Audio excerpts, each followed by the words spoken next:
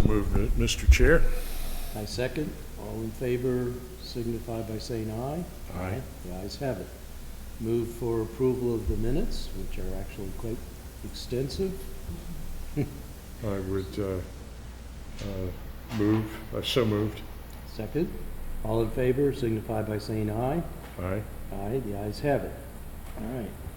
If I can get out of that. So, we have three things on the agenda today: Finance Department, Department of Planning and Zoning, and Office of Emergency Management. I feel we've had a couple of discussions of the Office of Emergency Management. Teresa, do we have, do we need to just make a motion? I mean, we can ask them to come up, but I'm not interested in keeping people here longer than they have. Do you have any questions about the Office of Emergency Management? No, I've got none. All right. I guess the appropriate thing would be to have a motion to approve the Office of Emergency Management as presented in the budget book. Oh, I'm sorry. I would entertain a motion to approve the Office of Emergency Management as it has been discussed with the Finance Committee and as it appears in the budget book. So moved. All right. Did you want to say anything before we? Just thank you. Okay, all right. All right, so we have a motion to approve the Office of Emergency Management as described in the budget book. All those in favor? This is a recommendation. Oh, Alderman Tierney, did you? Oh, no. Yeah. So this is a motion from the Finance Committee to recommend favorably the Office of Emergency Management as described in the budget book. All in favor signify by saying aye. Aye. Aye. The ayes have it. Yeah, right. Kevin would be proud of you. All right. Right. It's one hell of a presentation. Yes. All right. So now we're back on schedule, Finance Department, and we have several subsets, so that includes discussion of community grants and non-allocated costs. Let me point out to you, Alderman Payan, Ellie. that we got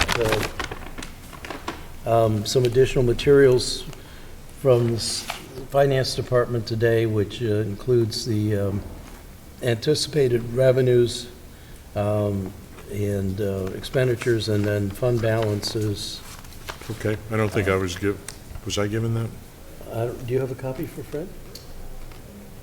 The papers that I handed out? So I think that's something we'll need to peruse and bring up as we get to it. But let's have, Jody, are you going to take us through Finance Department? Okay, so the details of the Finance Department budget begin on page 63. Of course, we have our org chart and a description of the department, and we have three different, we call them organizations in the system. They're divisions within the Finance Department. One is our Finance Office, one is the Purchasing Department, and the other is called Finance Unallocated, and that is, as you know, a lot of different general type expenditure items that don't belong in any particular budget, so we group them here. All right. On the Finance Office budget, the only things to note that are new are there's funding in there for a new position. It's a senior accountant, but I intend to fill it as a senior accountant level budget analyst to do a lot of the budget work and the reporting and implement the new system that we have and all else that goes with the budget responsibilities and tracking, et cetera. The total. Will that, include, will there be someone here who will be working on open government? Yes, that would be a responsibility of that position. Okay. All right. To finish the implementation of that. And there are a lot of modules that. Open government in Annapolis? All right, the Not total, going there. The total cost for that position is $127,500. As you know, the frozen, we had a position frozen last year, and we've got funding in here for that frozen position. I intend to make that a billing clerk. Okay.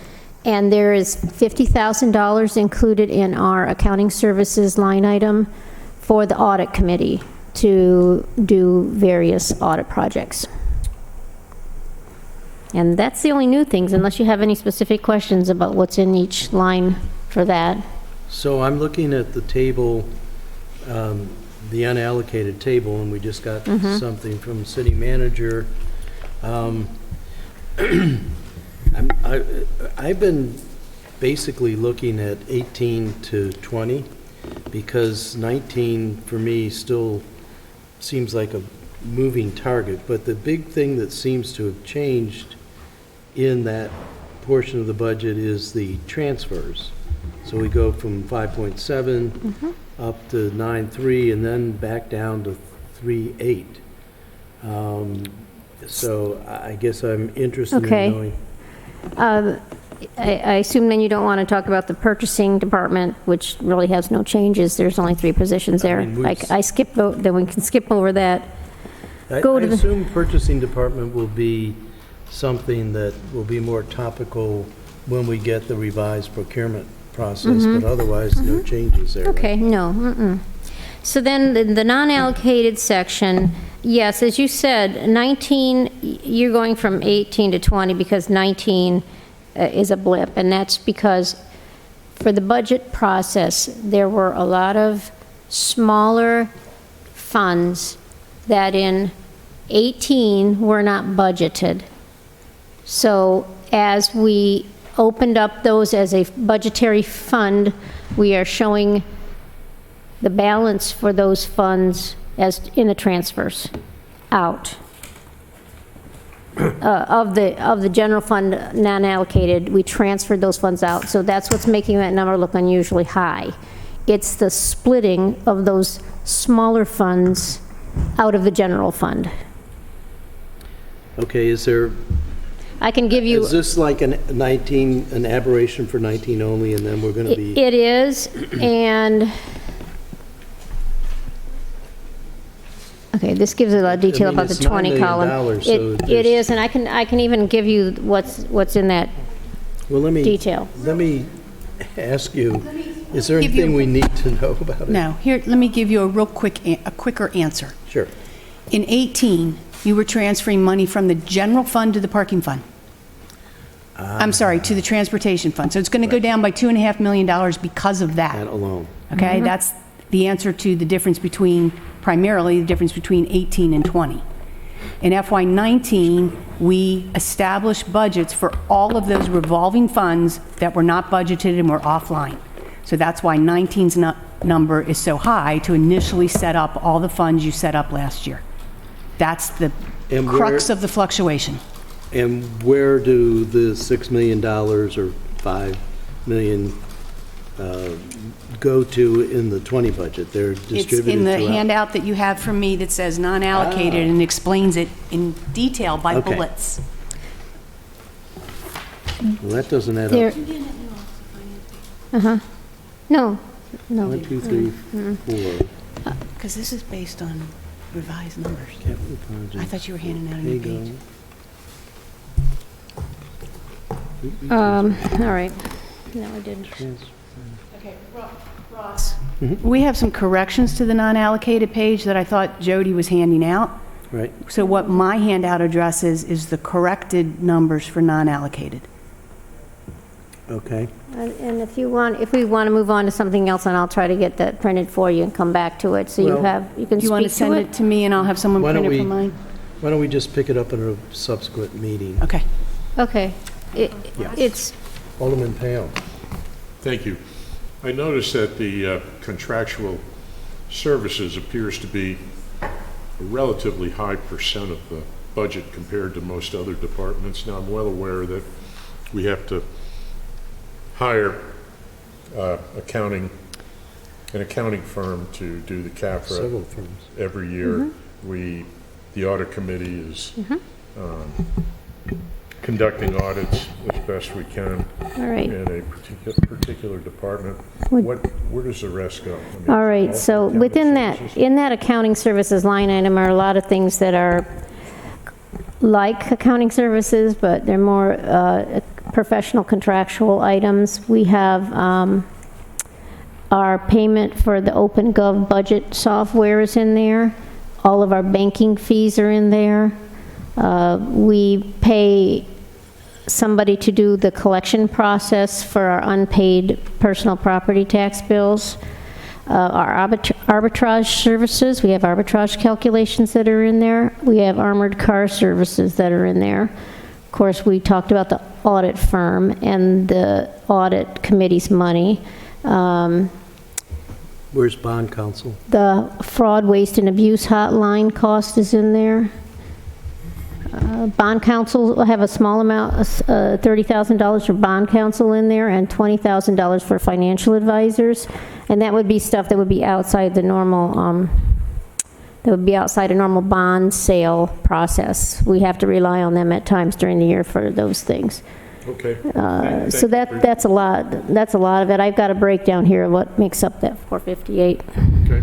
Thank you for your outline of performance measurements during the year. I thought it was very well done, especially considering the handicap that our finance director is operating under. She's married to a guy who went to this high school in Washington called St. John's. Oh, Johnny Mop.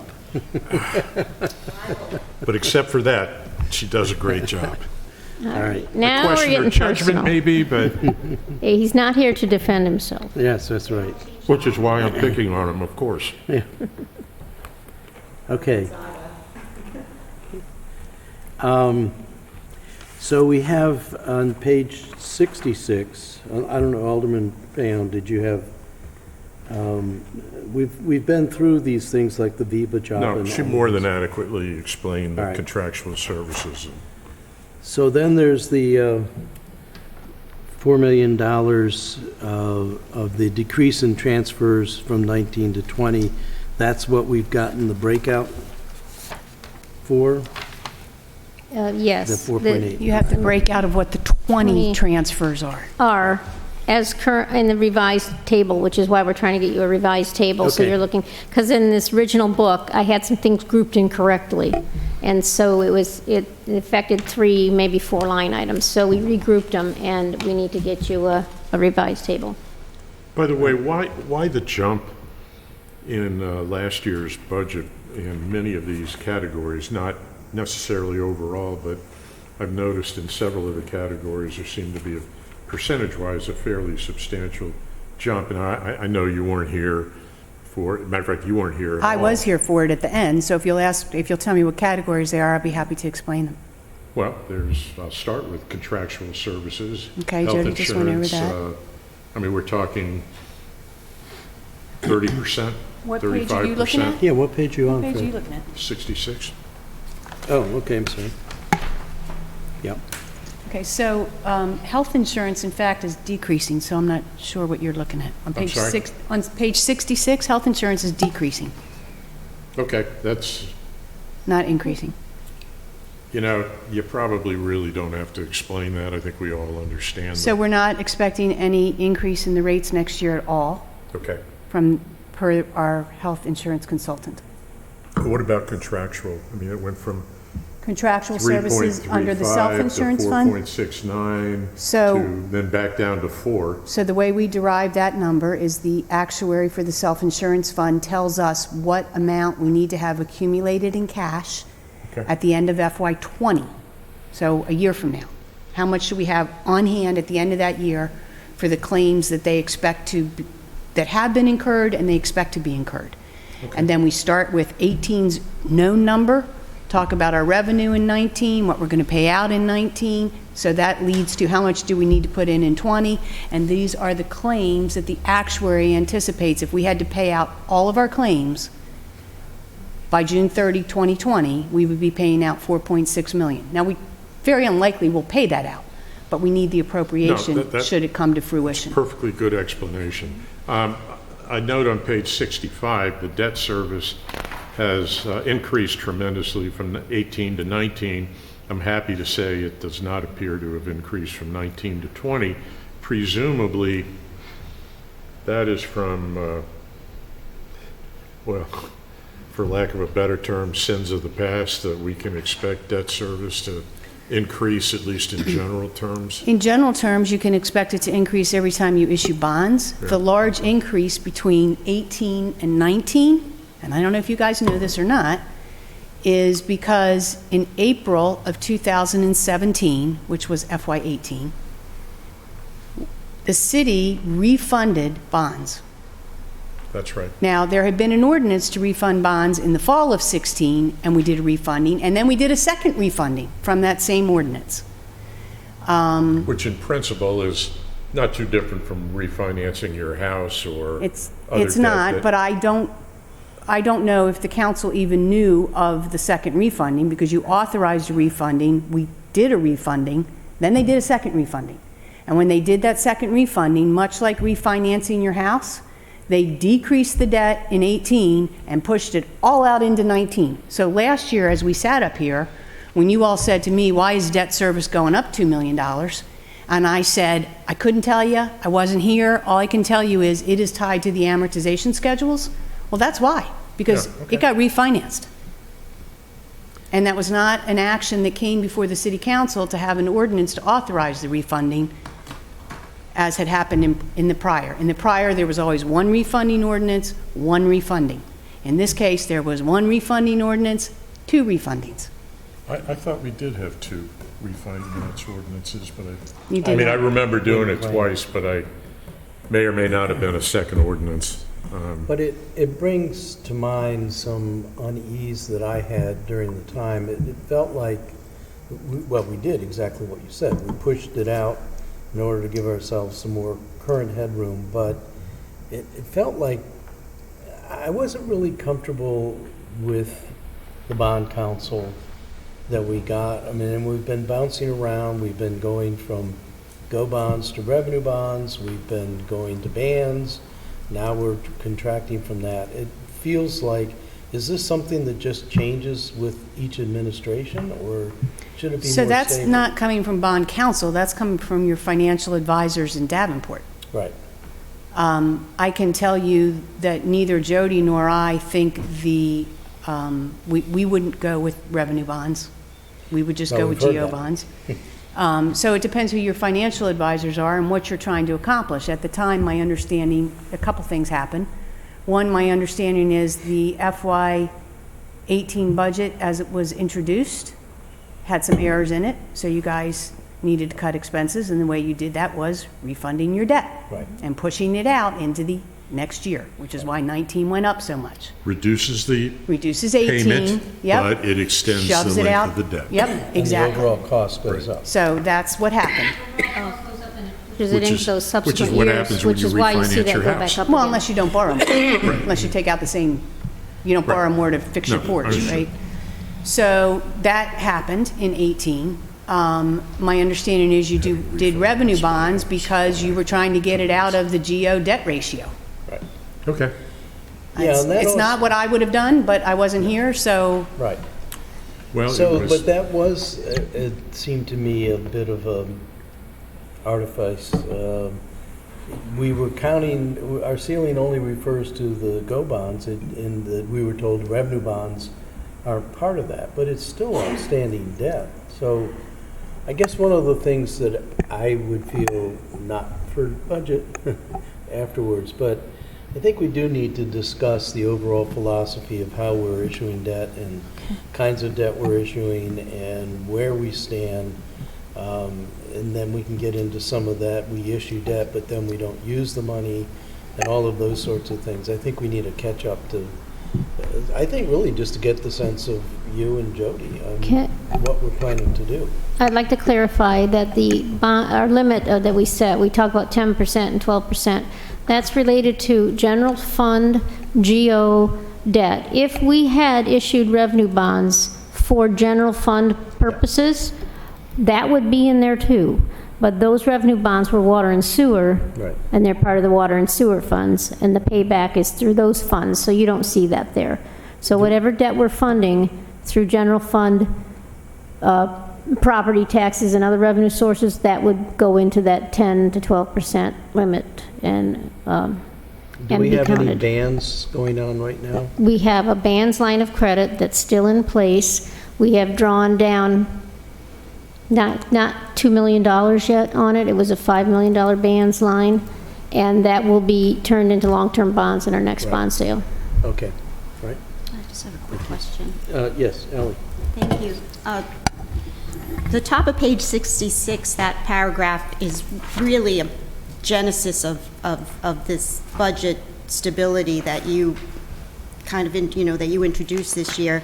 So my question is not that, it doesn't involve too much money, but just because we're establishing, a baseline on which to continue, when you captured that general fund, $2 million, and you allocated them respectfully, was there a scientific method there, or how did you do that? What are you looking at? What page? I'm looking at the top of page 66. When you established the individual fund budgets from what was previously a revolving fund, if I understand it correctly, how did you go about doing that? I Is that can a fair tell you question? that those revolving funds were being separately tracked in separate funds and accounts within our accounting system. So those amounts are specific in that for Okay. reforestation fees, we knew what was coming in reforestation. We could see the expenses going down because they designated a certain, I'll tell you, organization code to it. So all those revenues, expenses were being tracked. So we knew when we Okay. transferred the exact dollar amount Oh, to transfer. okay. So by setting up those new funds, those are very specific dollar amounts. They were being tracked, they just weren't being budgeted. Okay. Thank you. Excuse me. I'm trying to figure out where this Office of Finance non-allocated page goes in the budget book. It's going to go, Jody's going to give you a replacement page 65, and it's going to go with page 65. Okay, It's the explanations for the revised chart that's on page 65 that she will give you. Question, Ross. On Yes, please. On purchasing, I know we skipped over that, but I don't see an org chart. You do have the number of employers. What is that? You have sorry. one procurement? I was talking to Jody, we were Sorry. clarifying another question. I'm I sorry. went back to procurement because, as you know, we have a lot of procurement issues coming up with procurement law and capital projects, et cetera. So what constitutes the purchasing department? It's one officer and two buyers? What is that? Correct. It's What Brian Snyder, Yeah. Phyllis Mahoney, and Those are the buyers? Valessa Clark. So they're actually able to write the RFPs and all that stuff, and I didn't know what buyer meant. They process all of our procurement Okay, matters. okay, I and think that's adequate. Brian gave a short spiel when you guys first got elected before I got here, and he said, we buy it, we fix it, we sell it, or we dispose of it. That's what the purchasing office Okay. does. But they will have some, they will have new procurement laws, and they're a big We're deal. working- They're a When I big can deal get this to it, year. we'll Yeah. have it. Linda Schuett has taken the draft that was in existence at the time that Rich left, and we have a final draft that we're working on right now. And I hope to get that introduced before the end of the fiscal year. I'd like to have it in place by July 1st. And have Brian look at it. Yeah, he's been Yeah. involved in it. Good, thanks. all right. Under the same general title, but maybe not specific to these pages in the budget, is community grants. And I'm assuming that's why Teresa's here. Is that, are we going to get separate information on that, or how are we handling that? Therese, you have documents that have been provided that talk about the process, that talk about the amount that the committee is recommending, and then I have one modification to bring to your consideration on top of that. But I'm going to step out for a minute and see what Mitchell just needed. Okay, all right. So, I'm trying to give you the sheet from this, I have a new sheet from finance departments with the tables related to the finance department section. new It 65? goes with this description that she just handed out where. The description that you see that was handed out to you called Office of Finance Non-Allocated speaks to each of the revised non-allocated table line items for the FY20 column. Right. So once you get the two together, you can see them, compare them, and know what's in each line item. Okay. I'm getting copies made. So I would assume, or I'll ask you, Alderman Payon, until we get the revised pages and have had a chance to look at it, shall we not take action on the finance department at this point? Well, I don't think it'd be responsible. I mean, I think I could vote, but I think I could too. I think the responsible, Right. yeah. So why don't we move on to community grants and hear from Teresa Wellman.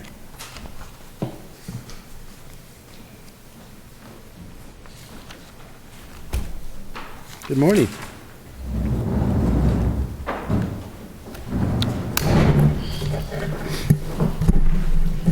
Good morning, everyone. I'm Teresa Wellman from Planning and Zoning, and Good morning, everyone. My name is Nicole Queen. I'm from the Office of Emergency Management.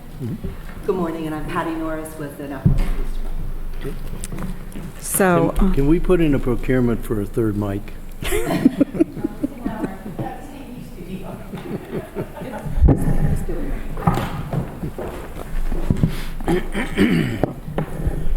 Okay, take it away. okay.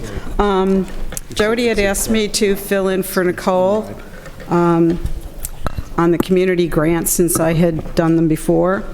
So basically what I had to do is review them and then round up a team. This is my ACE team here. William Rao was on the team also, but he's sick, so he wasn't able to be here. I chose these guys because they were all very familiar with a lot of the organizations. So, and they just jumped right in and we got going. Basically what we did was the process that we used to evaluate and make recommendations on the community grants was to make sure that the grants followed the priorities that were in the code. You have a list of them there. And then we took a look at the organization itself and took a look at its financial capacity, whether or not it was in good standing, whether the project met the goals and objectives. All right. Teresa, can I? Teresa, where do we find the total amount that's, or If you either look at Teresa? the sheet that looks like this, Is that at the end of our, I haven't seen that. I'm not sure, I don't think we have a sheet I that don't looks think we like have a that. sheet that I looks should, like because that. I sent them all to Kia last week on community. Is it in a different place? It's 4 different ones. I sent you a copy of the spreadsheet, a short description of each project, a copy of the code, and a copy of All right, we how found we it. proceeded. So, can we get a hard copy of this to go in our book? Thank you. Doesn't, well, but it's, this book, the nice thing about this book is you can find everything in one place. So, I'm liking that. At some point. Well, yeah, some of us with more facility than others. All right, so, I'm sorry for interrupting you, but the amount for community grants in 2020 is going up from the 19 level of 231,400 to a proposed 2020 level of 496,800. Am I? Oh, no, that's the requested. I'm trying to, It's on the back of this. okay, so, 430,000? Good grief. all right, so there's 4 categories. I'm sorry, I'm trying to get this in my head before, and then I'm sure you'll go over and explain it to us, Okay. but Would you like me to explain it now? yes, I would. Okay. Thank you. So basically what we did was we got together as a group, and the way we decided to do this was we looked at the previous year's allocations and reviewed the quarterly reports, and then using our professional knowledge of the organizations, we tried to come to a consensus on what we wanted to fund. So the spreadsheet basically shows you what was adopted in fiscal year 2019. The next column is their 2020 grant request. The next column is our recommendations as a committee, and the fourth column shows what the increase or decrease was in the previous amount. And the way that the categories are organized is basically the same way that they were organized in previous years. They're organized by categories, the categories that are in the code. So the first category are the groups that provide services that sustain and empower youth, families, and individuals to move towards an improved quality of life and sustainability. And then the second category is preserve and enhance community's character. The third is programs that contribute to a vibrant economy. And the fourth is programs that are integral to community revitalization, economic development, and environmental sustainability. We had 4 new projects, and those are down at the bottom under new in 2020. That's film festival. No, all the way down at the bottom of the page, you'll see new in 2020. Charting Careers, which was Box of Rain, Annapolis Makerspace, Langton Green, and Community Health Center at Parole. So those Okay, were are we on the 4 new color? ones. The rest of them had already previously. Oh, it's on the previous, bottom of the, okay. All right.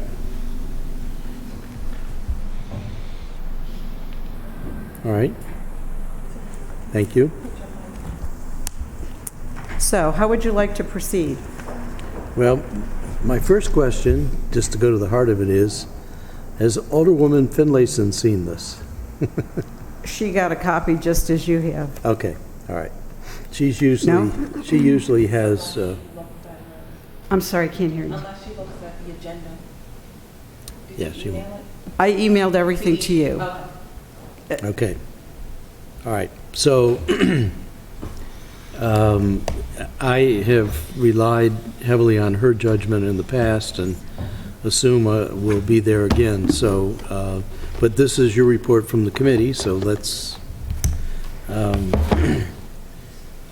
go through it. And some things, the Boys and Girls Club stays the same. Okay, so just So I can go through each one if that's what you like to do. I guess I would look for highlights unless you want to go through each one. No, I don't want Yeah. to take up your time. I see a big negative number for We Care and Friends. Yes. There's been some concern about activity by a number of staff people, so. Right. That's been one of our mainstays in the past, and I'm sorry to see that, but I think I know what you're talking about. And then the Youth Services Bureau. Same thing. Just Okay. All right. And I'm assuming that those declines get reallocated elsewhere with the monies that we have. It depends on, how much service they're providing. All right. Let me, I've been having a lot of discussions with Alderwoman Finlayson, primarily about community policing, but it strikes us, and this is just our view, that we need to move from arrest to assist.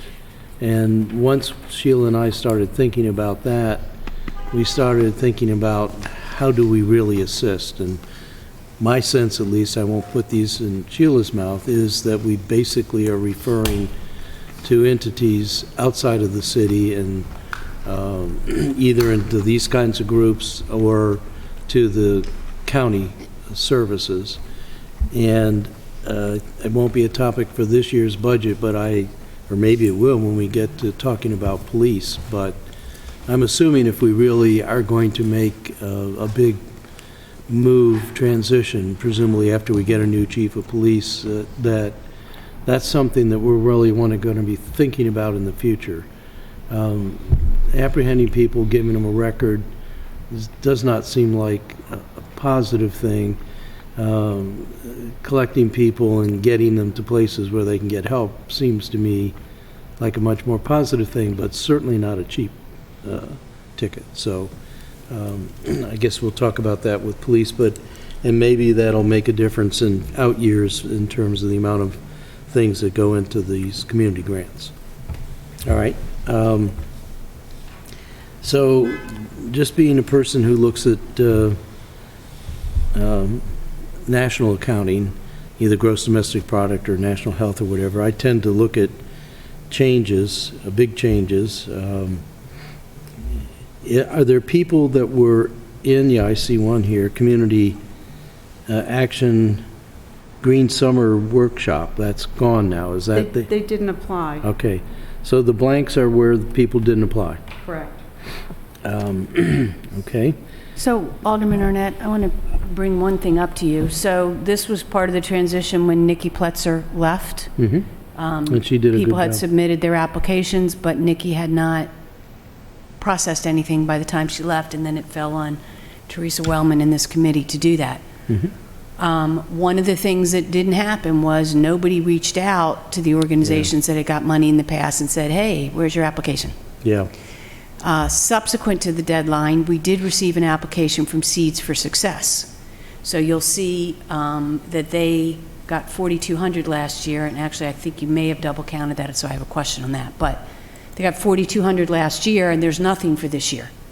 I see And that. Seeds for Success is a very successful program, one that definitely furthers all of the One Annapolis initiatives that are the mayor's priorities. And I think one that many of you are very supportive We're of. So, both thoroughly familiar and supportive of. Yeah. right. So I want to find a way to cut something somewhere and at least give them the 4,200 that they got this year, if not 5,000. So that can come from cutting some new grantee, from cutting some increase in a grantee, from cutting something somewhere else in the budget. But I'd like to keep that in mind to try and find Right. that money for Seeds for Success. I don't know that anybody reached out to anybody else who didn't apply. So I don't know how you want to handle that. I mean, No, you make a good point. I also see Box of Rain, which I think has also been a successful program that isn't in, and It's changed its name. Pardon me? It changed its name, so it's in as Charting Careers. What's the name of it now? Charting Careers. Under new, Okay. there were, Oh, yeah, I see, was Box of Rain. yeah, there was Box of Rain. So there was 1, 2, 3, 4 new projects, 2 of which we recommended funding, and 2 of which we did not recommend funding. All right. Maybe we'll get to discussing that, but did I, And the other one, on the other side in category 2, there were 2 new ones. One we recommended funding and one we did not recommend funding. Housing Authority Rental Inspection Assistance, $80,000. I guess it should have carried over to the increase, decrease. Right. But it was new, so. so that's something that Alderwoman Henson is seeking in the budget, is to have planning and zoning do inspections of the HACA properties. When planning and zoning does an inspection, you got to pay a fee. right, So this would be taking pilot money that we would get from Annapolis Gardens and O'Berry Court to fund the inspection fees for HACA to pay right. planning and zoning to do inspections. So that's what that $80,000 increase was, and that wasn't anything that the committee considered. We knew we wanted to do that. It was like, where's the best place to put that? So we put it in community grants. So I think that's a very good thing. Did we ever close out the last round of inspections? I No. know we issued citations. We never completed them. Well, No. Pete could address that.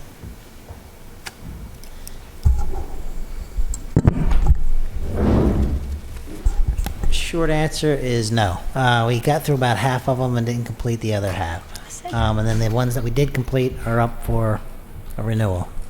So, And I've heard various things through the grapevine about how well or not the inspections were received by the housing authority. Are we okay? I know Gavin has a close relationship with Ms. Wilborn. Are yes, we've worked through it. We've sort of identified the priority stuff, life safety stuff first with Alderman Henson. That's what she wanted to do. And then some of the others, like the smokes and the gas lines and those kinds of things. So we're working through those issues, and then we'll go back to the door handles, those kinds, and the mold issues for obviously is a top priority. So yes, we've talked to the manager of their facilities, and we've putting a game plan together to get through and keep it up to speed. So In your view, is the 80,000 enough to cover? there's about 790 units, so that 80,000 should cover the $100 a unit. Okay. So. All right, great. I like that idea. And I'd also like to point out one to you. So there is $6,000 recommended for the Moo Row Uplift Foundation. What side of the paper are we on? Oh, yes, okay, I see it, yep. Okay.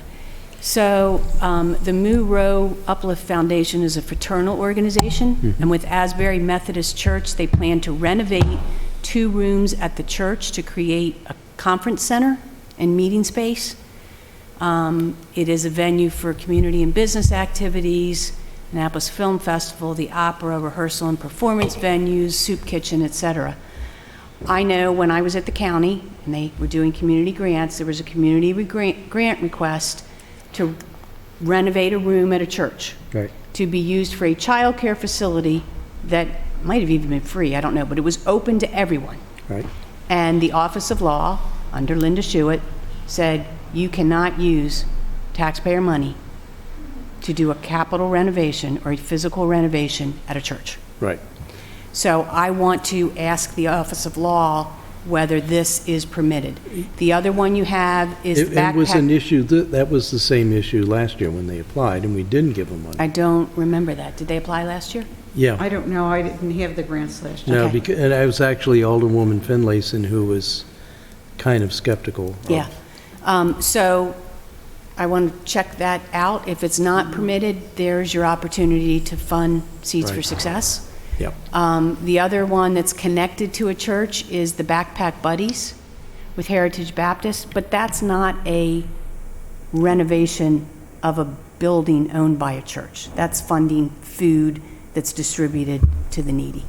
So I think that one's probably okay, but I'm going to ask the Office of Law on both of those. thank you, I appreciate that. All right, we're jumping around on you, Teresa. Oh, that's okay, that's okay. I just wanted to let you know that the ones where we increased the amounts, we thought these groups were doing a really good job on their different projects, and so we wanted to give them additional funds because they were really performing. Right. So, Alderman Payon, I've already admitted that I rely heavily on Alderwoman Finlayson, also to a lesser extent Alderwoman Pendle Charles, because frankly they're much closer, other than a few of these like Seeds and so forth, more closely connected to it. So Well, I know a whole lot of these from my work with Rotary and other groups. I'm looking to get the input from the Office of Law that the city manager just discussed, and I'm wondering, I know when Sheila gets back, you won't be here, so I'm wondering how we bridge this, because I really do want to hear from Sheila. I wish it weren't so. I wish it weren't I'm not also. going to be here, you're right. All right. So I guess my sense is we've got some things that we're going to be checking out, and there might be some reshuffling here. What's your disposition about how to proceed? Well, The committee, by the way, thank you for all the work you do. We know, and you get lobbied heavily and all of those things, and I'm so grateful you're doing it again this year, because when it first started off, we were trying to hash it out in the middle of a council meeting, and now I think we have a supremely better process. till 3:30 in the morning. You know, right? No. I think I just- $25 should be moved. So, There were two that we didn't fund, and that's because their services were really in the county. okay. then. That's the Langdon Green. After we looked at the addresses they were serving, they were in the county, so we didn't fund that. Same with Gardens for Heroes, we didn't fund that because it was going to be located in Davidsonville, and Yeah. it wasn't in the was gonna city, ask you so about we that one. didn't, Okay. we didn't fund that. And we too had the same issue with the Monroe Uplift Foundation. We did see that they were funded in 2018. And I was remembering back at that time, the committee did, because I was on the committee in 18, so I remember that we recommended not funding it, but it was, Right. so. Okay. Are there other highlights that you want to bring to our attention? I'll ask my colleagues if they have anything. So I asked you a The, question and then interrupted. Yeah, I think that maybe if you're more comfortable, then wait till Alderwoman Finlayson comes back, and, who knows, when it comes time to voting, committee voting on this, I may very well be available. And That would be wonderful.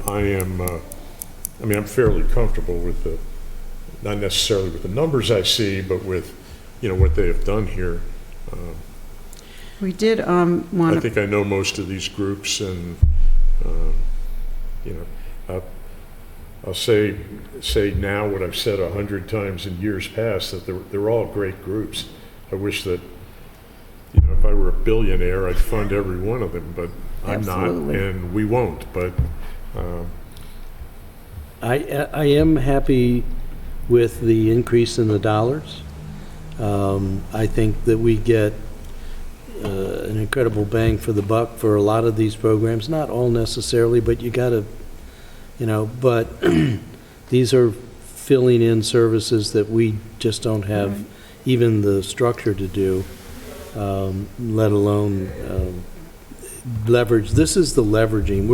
We're really providing them the ability to go out and get other funds. absolutely, when the And that's city why I- supports something, then other people are more willing to contribute. Right. So as long as they're worthy, I'd like the idea of funding as many of these as we can, even if it's for slightly smaller amounts, because of that leveraging. So I guess what we'll do is when Sheila's back next week, we'll put this back on the agenda, sorry. But I think that we'll have a good foundation. I certainly have a much better understanding, as I clearly hadn't looked at this until we were talking about it. So unless there's something else, I think we'll, yes, I Alderwoman just Tierney. think, I know my colleague, Rhonda Pindle-Charles, would be very happy that I see a line item for the Parole Health Center. Yes. So that, if you're watching, Yep. Rhonda, it's in there. If you're watching, you're crazy. Yeah, what is, I think it's 24,000. Right. Right. Okay. So we'll postpone to get some information That's what I back, would some recommend. tweaks. Okay. I second that. So we'll put it on the agenda again for next week, if we could, please, Takia. All right. Thank you. And again, thank you for the work you've done on this. All right. Well, I think we'll take a break now. Now, we have planning and zoning is the last Oh, and I added it in, yep, you're right. item on our agenda. Cool. No, and I can find it. I followed what, this and Recs, spreadsheet it came must from be Nicole. back. Is not the spreadsheet, this is Finance. Okay. might have been amended last year, what the committee recommended, but not the other. Okay. So the difference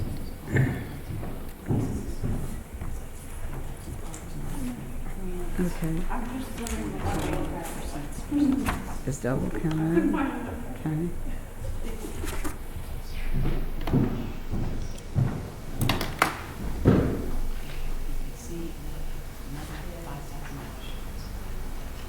Okay.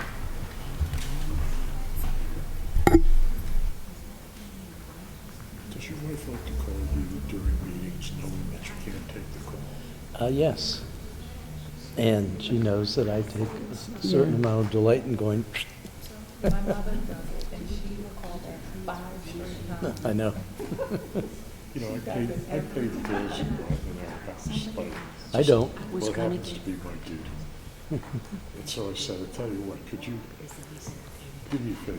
It could have been My check BNI account, go ahead because and write out the they, bills. Right. no. Yeah, I'll send them when I get home. And I'll get it. This one says it's already there. So 6 months in, 6 months into my marriage, we had things that I didn't pay for on time, and Kathy complained, and I said, the job is yours, and we never missed anything.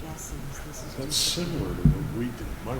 I can go back and look at Nikki's stuff because it could have been BNI. Who's BNI? BNI was Baltimore Neighborhoods Initiative. They went belly up. So she left me a bunch of spreadsheets. Yeah. So I can go back and look on I'll her. get you to what is in the adopted budget, I think, because this amount by 5,000, and I think that's what it is. Cool. Okay, good. So, I'll check the next one. I'm staying for planning and zoning. Thank you, guys.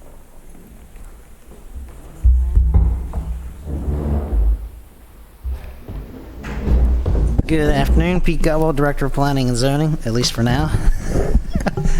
To my right is Dr. Sally Nash, Chief of Comprehensive Planning. To my left is Teresa Wellman, Chief of Community Development.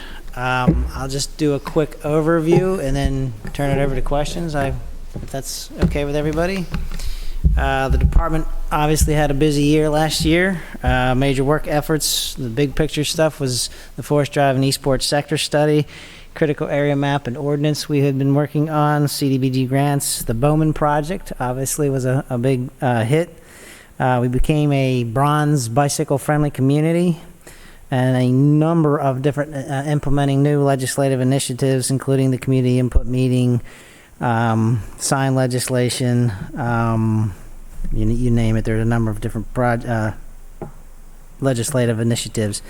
We also completed the Cultural Resource Hazard Mitigation Plan and the Cultural Landscape Survey, which was a huge effort that had been going on for a number of years, in which we were successful in getting that completed. Looking at some of our, basically our budget is, operating wise and salary and benefits wise is sort of maintaining status quo. Some of the, I guess I'll go right into the enhancements. The department does about, in 2015, we're doing about 7,600 rental inspections. That has increased to 9,900. There have been a number of legislative initiatives. So you've seen about a 20% increase in rental inspections, but also about an 18% increase in number of violations or inspections based on violations. That does not even include the follow-ups, the phone calls, and the different conversations that you have amongst staff is one of the reasons why we're asking for the property maintenance inspector. Well, I said it's legislative. There's been a couple of additional legislative initiatives that has added to, the need for this, but it's also just been the nature of the beast of what's been going on over the past 4 years since I've been here. We've been maintaining around 5,500 inspections per property maintenance inspectors, But I can tell you, I'm not even pulling in, because we will pull other staff into the mix. Building inspectors will do property maintenance types of inspections. We'll help out with rental units when we're falling behind. And I didn't, because of the way the reporting does in our system, I have to do it by person to figure out whether it was a rental or whether it was a property maintenance inspector. But I know for a fact that there are numerous occasions that we're pulling in building inspectors. So then you add in, and none of that 5,500 does not include the HACA inspections. We have not done that for 2 years, so that 5,500 is not including that. So you can add another 20% to the inspections that would be required by the department. So with that, sure. I am confused. I thought the HACA inspections were covered. Still have to do the The inspections. community grant, Yeah, there's explain. revenue to HACA. HACA will then pay the city to do the inspections. Pete will then do the inspections with the new property inspector he's asking for. Correct. Okay. Okay, so you have the money to do them eventually. Yeah, okay. Sorry, I didn't.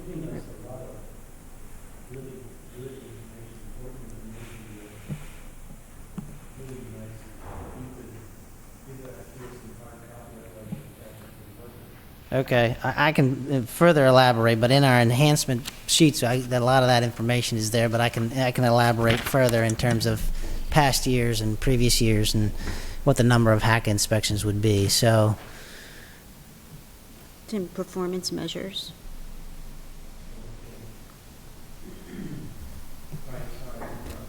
that's okay. So that's the justification or the rationale behind asking for the property maintenance inspector. Obviously, we're asking for another $20,000 because we're ready to do our update to our consolidated plan for the community development block grant. $20,000 gets you $280,000. I'm just going through my enhancements. Yes.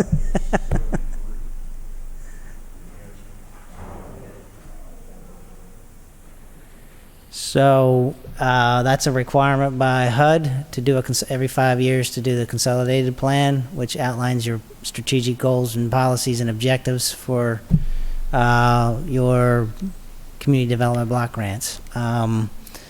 So we need to hire a consultant in order to get that completed, to get that effort finished, in order so we can continue to apply for or qualify for our block grant money. Teresa, did you want to add anything to that? Just that we have more money this year. We have more money this year. Okay, again, I'm having a That's hard- not allowed. Are you talking about more money for community grants, or? We have more money for community development block The grant. federal government gave us about a $20,000 It's increase. extra. And then we ended up, which was really a surprise, and then we ended up with a lot of program income that we weren't expecting. So instead of just having $260,000 to spend this year, we have $463,000. Where are we seeing that? It looks like this. It's It was in it's the a- Chiquia it's- pack, it's a it was separate- in that package that, So it's attached to your, the CD on your Oh, on my iPad. so basically what's on this is a list of all 3 funds that I manage. So, but the CDBG, what it allowed us to do this year was it allowed us to fully fund all the capital projects that we got applications for. And so we were able to fully fund all of them, except for Habitat.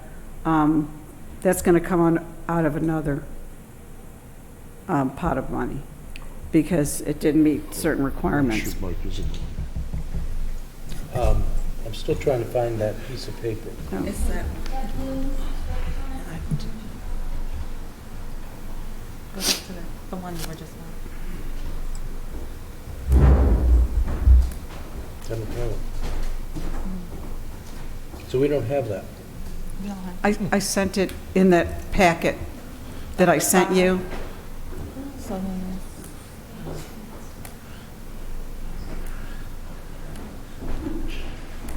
You know, I'm so glad that there are people on this committee that need help and are getting help, and it's not me, for a change.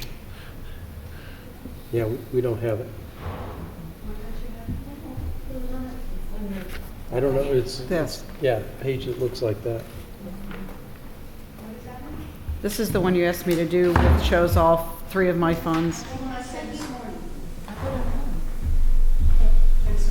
It's on the agenda under the Finance Department section, not under Planning and Zoning. Yeah, that's where I'm looking. And it's called CD, Community Development Division. yeah. It's the first attachment under, it's called CD Budget 2020-2, under Finance Department. CD, Budget 2020 to 2022, Under finance? under ID 45219.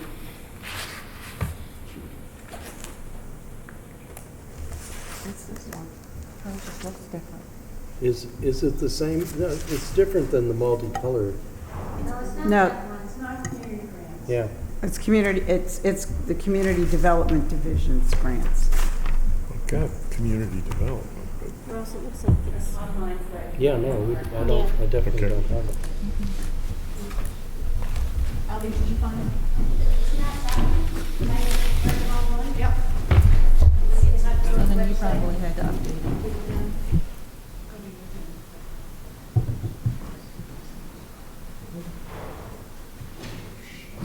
Update?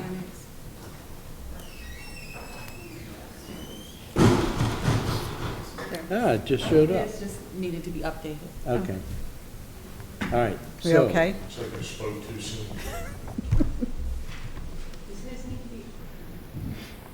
Yeah, once I updated. All right, so now that we're back with you, can you Okay. tell us what we're looking at? The Yeah, so homeowner if you look at the sheet, this basically shows the 3 funds that I administer, and the last one, all the way to the right is the Community Development Block Grant. And it shows that we have $463,490 available. And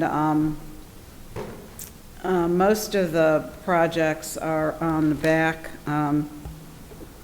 But like I said, we were able to fund all the capital projects, and we were also able to increase the amount of money that we could give to public services, because we were allowed to take 15% of our program income that we received in this year and add it on to next year's budget. So when you everybody's say, getting more money. all right, when you say fund, do you mean give them some funds or fully fund? We can fully fund the capital projects. In other words, the Arundel Lodge asked for $28,824, and that's what they're getting. Okay, Housing Authority asked for they asked for $100,000 for Newtown, they're getting $100,000. They also asked for $28,000 for Robinwood, they're getting that. So everybody, whatever anybody asked for, they're getting. We have enough to give them all of what they asked for. okay. So one of the advantages of having the new budget presentation is things that I've not paid close attention to in the past are brought forward. So the Homeowner Assistance Trust Fund. Okay. Can you, and I'm looking at it on this page that we just found, and it does not seem like the numbers match what we have in the budget book on page 72.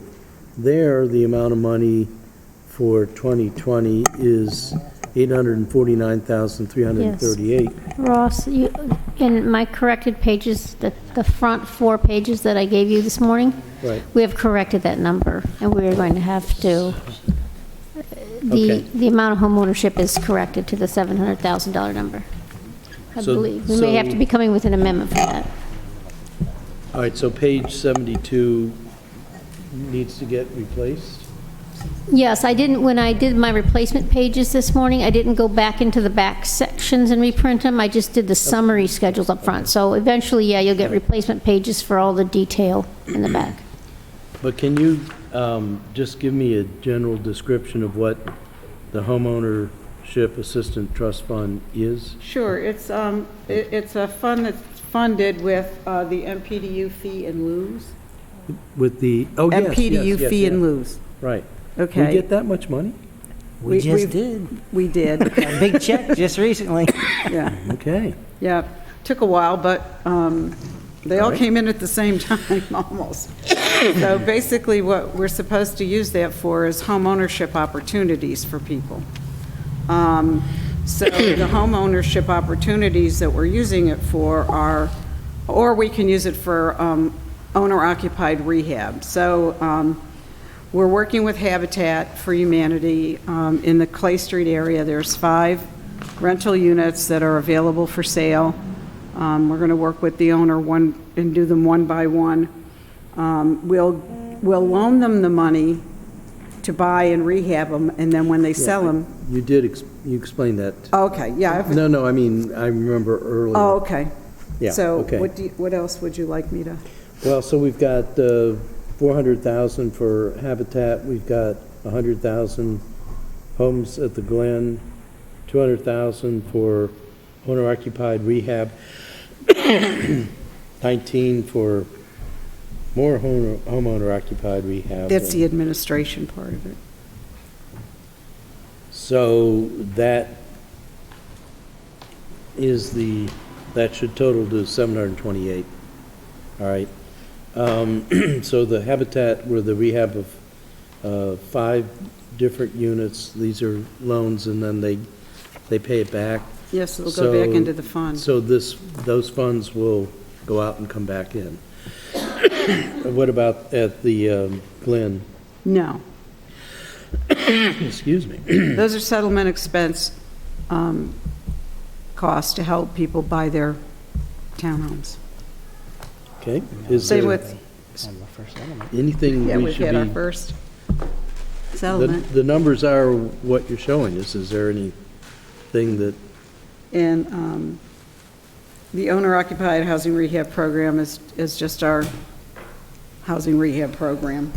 And then we also, and that's carried out by Arundel Community Development Services, as is our MPDU administration. They basically do all the eligibility. okay. And then the next column is the community legacy. Yeah, these are some funds that were left over from a project that they let us keep. And so there's a number, we're working with the Masonic Lodge, Universal Lodge on Clay Street. We want to rehab the exterior of the building, but also the interior for use by the Stanton Center on the first floor. So we've already encumbered $20,000 that we've given them to do all the initial architectural concepts and cost estimates. There's a problem on Pleasant Street with a sewer line that's not owned by the city, so we've allocated funds for that. We promised to contribute funds for the Whitmore Garage, all the pretty stuff that they're doing around there. And again, we'll use some of that money for that Habitat acquisition. Okay. And then under CDBG, we have our typical, our usual groups, our owner-occupied rehab again, our Blessed and Tech Ministries, our Arundel Lodge, the Community Action Agency, OLA, et cetera, OIC, all those groups that get money usually every year. So on Community Action Agency, I met with them a few months ago. I certainly like the sound of the things they're doing. They were asking if I would be an advocate for more money. This is 6,000. Yeah, they'll be getting more money. They Okay. got 4,000 last year. They got what? I think they got 4,000 last year. Okay. Is- Everybody's getting, because of that extra 15% that we could use for our program income, everybody's getting more money than they, this is an anomaly. It only happens when we get program income. Well, that is an interesting question, because looking at the table in the budget book, The homeownership, well, you just said you didn't get any money in 18, and we just got a big check in Right. 19. A couple of checks. Are we expecting another big check in 20, or is that just? No, not at this point in time. I mean, everybody else is sort of providing the MPDU or pushing towards, like, you know, if you take the one that I can think of off the top is the Eastport Shopping Center. They are providing the MPDUs with that, Right. so there wouldn't be a check with that. So no payment in lieu. And we did All right. not include any revenue in FY 2020 in the Home Ownership Assistance Fund as a result of these fees. Should we get them, we'll come to you and ask you for an appropriation. Yep, all right. And then the same thing for the community legacy shows up in 19. There's money in 20. Is that one time only, or is that? Well, that money is money left over from a previous grant, but I am planning to apply to Community Legacy this year for funds to do the exterior of the Universal Lodge, so. Okay. All right. So in accordance with the city manager's direction, we are allocating or appropriating, whatever the words, of everything we're anticipating in our budget, and then, so we have the money when it comes in. So Right. she is anticipating a community legacy grant at that point in time. No? Not. Got that wrong? We didn't include it. When we get the grant, in that case, we'll appropriate it. In this case, we're just appropriating the 200,000 that's left over from prior. Oh, okay, sorry. Got that wrong. Yeah, you probably know a lot more about it. Since it's competitive. You weren't sure? Oh, okay. Really don't, but this doesn't seem like it's one of them. Alderwoman Tierney? I was going to go back to Pete. Is that okay? Oh, yeah, no, I definitely want to go back to Okay. planning and zoning. I okay. took this as a red cloak distraction. Oh, okay. To get back to the, Well, let me know Let when. me ask one question. sure. What Samaritan House, where is that? What do they do? Samaritan House, it's a drug rehabilitation center. That's- People live there. Is that in Crownsville? Where is it? No, Oh, no, it's right, by Safeway. it's right out of Greenbrier. Just Okay, outside the city. yep. I think it's just outside the city limits. We've funded them before with CDBG. Okay, is this money for general use, or is this for a specific, Are we going back to, Samaritan House? oh, it's not on here, so it must be on community grants. I'm sorry? It's not in my, I don't think it's in my Are budget. you back on the You're community back on grant community schedule? grants. I am. Oh, okay. No, it's for their, I think it's for their hookup fees, Okay, for their new, they've just renovated and expanded their treatment center. And it's for their capital connection charges. okay. I think virtually every other group I'm familiar with. I don't really have any questions, sorry. There is, for the community grants, there's a brief explanation of each one. If you need further information. Oh, just FYI, is Arundel Lodge is having a groundbreaking or ribbon cutting? Yeah, that's for one of their, For the fitness center. That was included in something? we couldn't include that because they had pre-incurred. I thought we paid for it. Okay. Yeah, I tried to help them out. They needed $30,000, but we couldn't figure out, we couldn't work it in any of our programs because they had already done things. And Okay. CDBG, you have to do this environmental review and all this other stuff before you can't pre-incur costs, so we couldn't help them with I'll that. go anyway, so I might go. I don't know. Yeah, no, I want to go there next, but we don't have a quorum. I guess Fred had to. Hope you're not really, really hungry. Sally brings provisions because she gets hangry. I do too. I was going to pass those pretzels along, but somebody took them. They're right here. Want some pretzels? Chocolate pretzels? I'm good. Or Thank you. popcorn? That popcorn's good. registration. Is that enforced? I mean,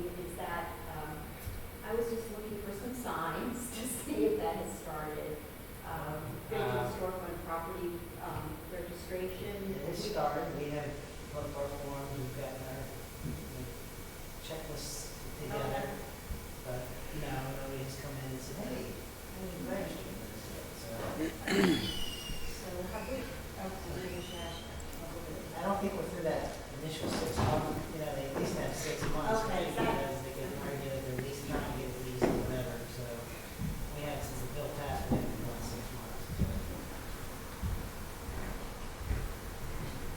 Okay, so returning back to Planning and Zoning Department, I have several questions. I don't know if you have questions. Alderwoman Tierney has indicated she has some questions. Okay. None for me right now. All right. Thank you. Go ahead. Yeah, I've just been doing some research on collecting fees, taxes, whatever. Have you looked into automation as far as having and we have the capability, I guess, with IT to have online registration for example, with the vacant properties, for example, with perhaps short-term rentals, an online capability, so that would make it perhaps more efficient. Have you investigated those? We have limited capabilities is what I keep hearing from our track system, our permitting system, if you will. And the other issue is verifying and getting the funds transferred. So a lot of times people will make application, then there will be issues with it associated with that, and then there will be revisions required, and then additional funds, that kind of thing. So the first attempt we tried to do was with the trade licenses to get that online and get that. That would have been the easiest thing to do. Submit a payment, show the qualifications, and we issued the trade license or the permit associated with that trade license. The last conversation I had with Maria Brown on that, they were having difficulties getting that up and running. So I haven't dived into why we haven't, but we certainly have everything capable of doing it online and then coming in person and getting that done. At least you can get the work done ahead of time and then walk in and hopefully we can process it quickly. But yes, that is an initiative we've been trying to do for a couple of years now, and we were trying to start with the easiest things that didn't require a whole lot of verification and, determining. As you know, we got people who represent property owners when they make applications and do online. So to get verification of that person who is supposedly representing the property owner is sort of the glitch that we run into on several occasions. So, but we are. I know it's done in other jurisdictions, and we just need to move forward. Mr. Chair, may I suggest that we could possibly add that as a performance matrix to introduce, what would be the word, introduce technology? I think I do have that as a performance measure. Oh. I think I did. What is it? What are you calling it? To increase online permitting or to enhance. I can't. Yeah, it's not really, I don't see it. There's 6 of them. Well, that's performance measures. Not for 2020, you might have had them in your longer term ones. Okay. What's that? It's in 2021, 2024. Update online permitting systems reports. Where's that? It's not in your book. Your book is only FY 2020 performance measures in accordance with the code. But what they had to submit that you approved by resolution had FY 20, and then it also had 21 through 24. He's saying it's in what he submitted in the resolution you approved for 21 through 24. Your budget book is only FY 20. Okay. But it's important information. just know I'm that worried there's- with all of these things. I was just, when I'm looking at my performance goals, when I was doing these, I was being honest with the ability to get it done next year, because part of this is updating the Track It system, and there was no money put into to update. We've been talking about getting the next upgrade on our Track It system. I think that's really important stuff. So what is your suggested language, Alderman Terry? And help me with this, Pete, so I don't want to say something that's not include, you had said it before. Update the online permitting process, Yeah, system. update online permitting, inspection there's companies that actually do this instead of somebody actually picking up the phone or knocking on doors. It's become sort of the norm. It's real-time permitting and inspecting is what it is. I mean, they're literally out there with their iPads Yeah. and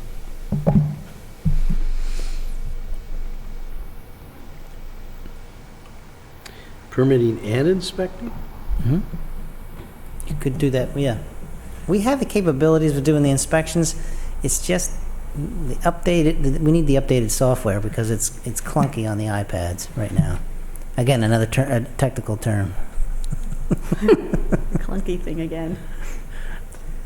All right, software. So, I guess I need something in the form of an amendment that the Finance Committee, I can do that. You want me to do that?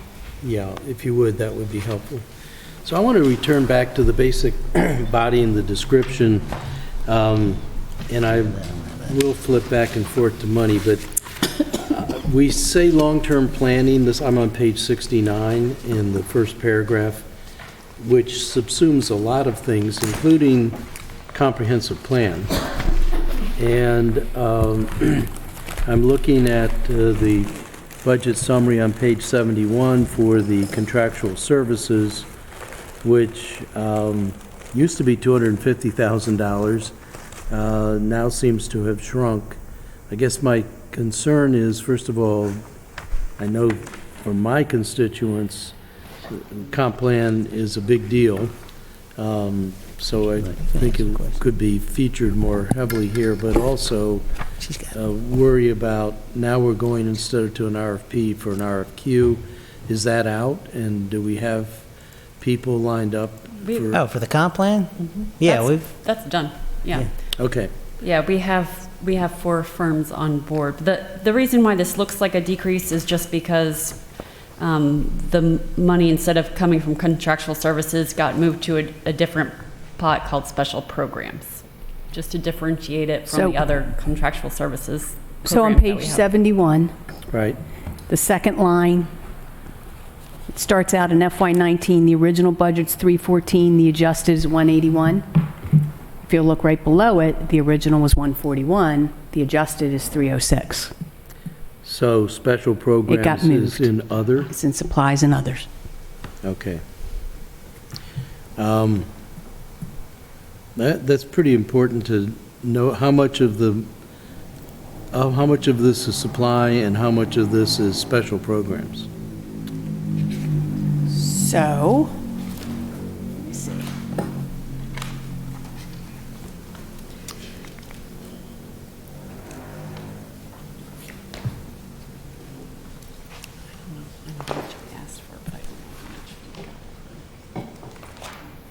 For contractual, 250,000, right? All right, we'll have to get you that breakdown. Jody, did you hear that? I can tell Breakdown you, between supplies and other. we asked for 18,000 in supplies. I'm not sure if that's what We'll got. get you an answer. We don't want Okay. to sit here and Right. throw out a number that Yeah. is not, we may not be ready. After murders, land use issues are all over the paper, all over at my town hall meetings, all over many of my colleagues' meetings, and I want to be very sure that you're getting enough resources for all of the land use issues, but most importantly, as we well know from the Forest Drive sector study, this is very much in focus. Sure, so let me just, under contractual services, what we've done in anticipation for the planning efforts. We have encumbered 150,000 in the current year, maybe a little less than that in the current year to deal with some of the contracts for, and to set up the comprehensive plan. BA Economics is doing a lot of the analysis, data collection, they're already underway. Are those descriptions of these people anywhere available? I'm sorry? Can we find descriptions of these companies anywhere? I can provide you with the. Yeah, I'm particularly interested in seeing who's on the economics group, being Okay. an economist, but I'd like to see who. BAE is Mary Burkholder is her name. But anyways, it's BAE Economics. They're a local, regional firm, and she's actually coming out of the Washington area. But so to get back to the budget issues, is that we've already encumbered or appropriated, whatever the correct terms are, of about $100,000 to $150,000, and we're asking for the next year for another $240,000, I think it is, $250,000 to complete the comprehensive planning process. We've got the technical expertise on board, and we plan on continuing to use them. As I've explained to you, we're using the experts, and then the staff will shepherd the process. Right. So. No, and I like, and in going back iteratively with the planning commission, I think it's a good plan. So, the dollars, I'm sorry. sorry, go I ahead. was waiting for a pause. Anytime I can give you the breakdown of what's in that supplies and other number. Okay, well, yeah, that would be good to get. Right now, or are you No, waiting? no. I'll just, Oh, well, I'd kind of like to have it in hard copy if I could. okay, sure. So, moving on to the, back to the description page, I see the port wardens, and it reminds me, first of all, I want to thank Kevin Scott for coming to the rescue on a particular project in Ward 8 that was headed in a bad direction, and Kevin took care of it, and I think everybody's happy now, so that's good. But Kevin and I have been having a lot of discussions about Title 15, which I think is sort of been fallow territory for a long time. And one of the things that was specific to this particular instance in Eastport is it really did seem to me that that was something that could more easily be handled administratively than going through the whole port warden process. That may mean more burden on Kevin or on staff, but it definitely would mean we have to streamline the code. I think it's not hard for me to imagine that the word streamline the code would not be well received by this administration. And certainly people wait for long periods of time. We have, there's vacancies on the port wardens, and so some critical meetings were postponed just because they didn't have a quorum and things like that. And probably were things that could have been handled much easier and more effectively, I believe, administratively. So whoever takes your place, or I don't know, Sally, if you're going to be the Well, I can give you an update on that if you'd like. Yes. Because there's been so many different pieces of legislation, and what took precedence was the critical area for me, because the mapping was so horrendous, and they offered to pay for all that, so I took advantage of that. But I will tell you, my parting gift to Mr. Scott is a complete rewrite of Title 15. He has it, and I mean, whenever they're ready, I have gone through it, and with Beth as well, Bellis, we've gone through a bunch of it, and we have sort of a draft ready to go. And what I did, for the most part, I would tell you, is borrow a lot of what Anne Arundel County was doing with their port wardens and incorporated it into Title 15.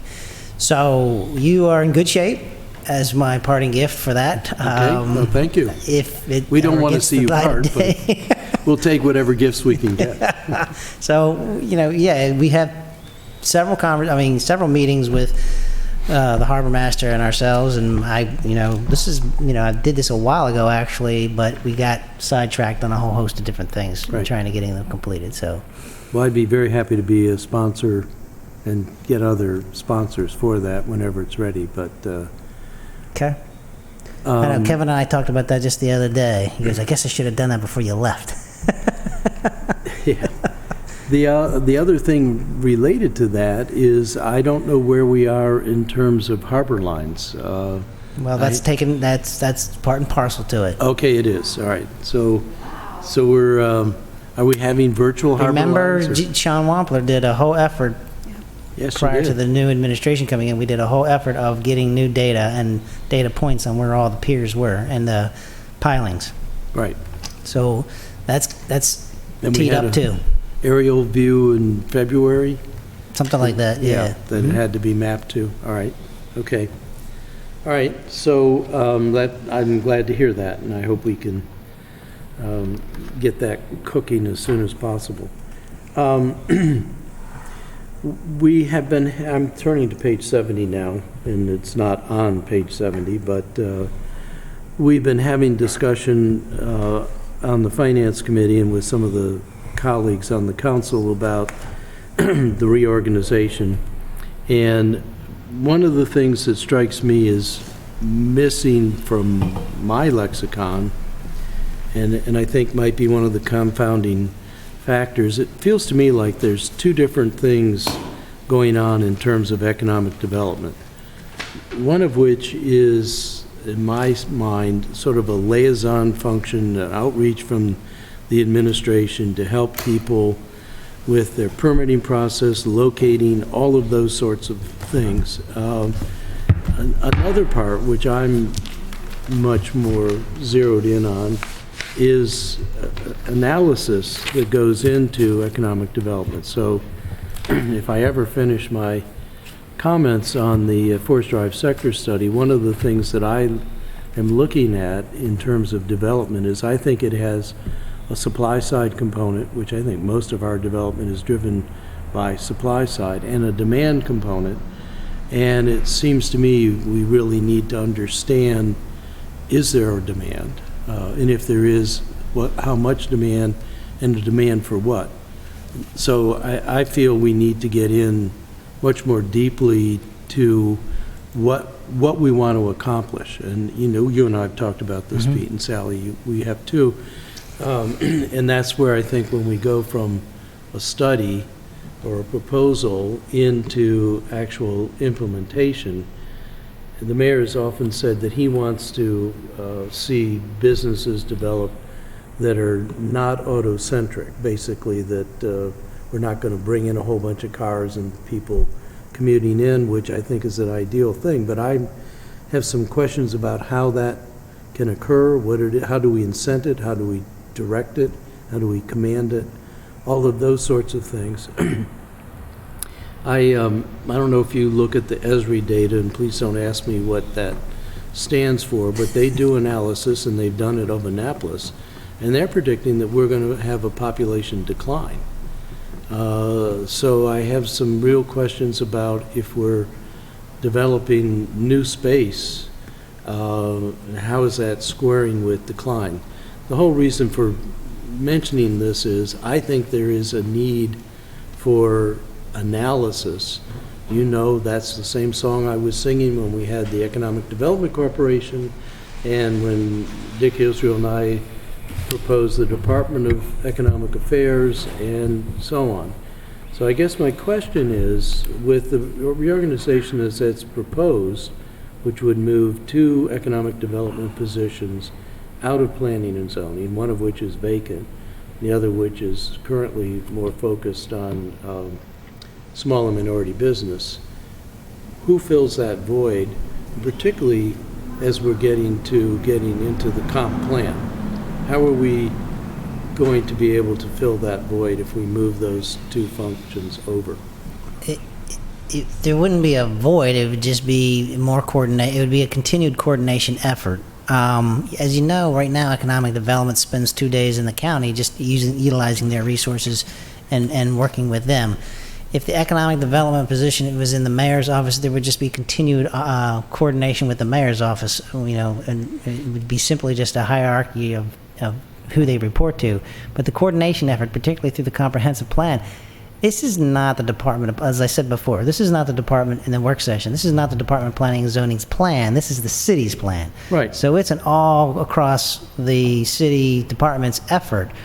Sally has set up a technical advisory committee. So she will be meeting regularly with the people that have to, that some of these strategies, objectives, and policies that you have to initiate or implement through the comprehensive plan, that they're part and parcel to developing them. These are the things we're hearing from the public. These are the things we're hearing from the planning commission. These are the things we're hearing from the elected officials.